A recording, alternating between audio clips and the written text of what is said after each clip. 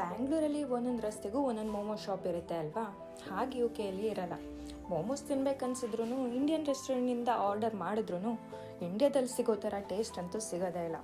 ಹಾಗಂತ ನಾನಿವತ್ತು ಮೋಮೋಸ್ ಏನೋ ಮಾಡ್ತಾ ಇಲ್ಲ, ನನಗೆ ಮೋಮೋಸ್ ಮಾಡೋದಕ್ಕೂ ಬರಲ್ಲ.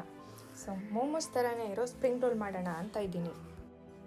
ಇವತ್ತು ನಾನು ಮೈದಾ ಇಲ್ಲದೆ ಸ್ಪ್ರಿಂಗ್ ರೋಲ್ ಮಾಡಿದ್ದೀನಿ. ಡೈಲಿ ಹಾಗೆ ಇವತ್ತು ಕೂಡ ಯೂಟ್ಯೂಬ್ನಿಂದನೇ ಈ ರೆಸಿಪಿ ಕಲ್ತಿದ್ದು. ಅದಕ್ಕೆ ಸ್ವಲ್ಪ ನನ್ನ ಟಚ್ ಕೊಟ್ಟಿದ್ದೀನಿ ಅಷ್ಟೇ.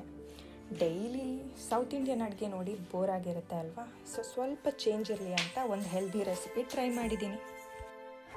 ನೀವು ವೆಯ್ಟ್ ಲಾಸ್ ಮಾಡಬೇಕು ಅಂತಿದ್ರೆ ಇಲ್ಲ ಹೆಲ್ದಿ ರೆಸಿಪಿನ ನೋಡ್ತಾ ಇದ್ದರೆ ಈ ರೆಸಿಪಿ ಅಂತೂ ನಿಮಗೆ ಪರ್ಫೆಕ್ಟ್ ಆಗಿರುತ್ತೆ. ಯಾಕಂದರೆ ಈ ರೆಸಿಪಿಲಿ ತುಂಬ ಕಡಿಮೆ ಕಾರ್ಬ್ಸ್ ಇದೆ.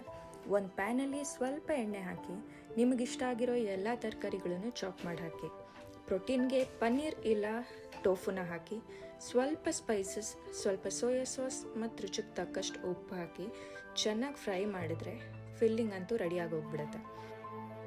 ಆಮೇಲೆ ರೈಸ್ ಪೇಪರ್ನ ನೀರಲ್ಲಿ 1 ನಿಮಿಷ ನೆನೆಸಿ ಅದರೊಳಗೆ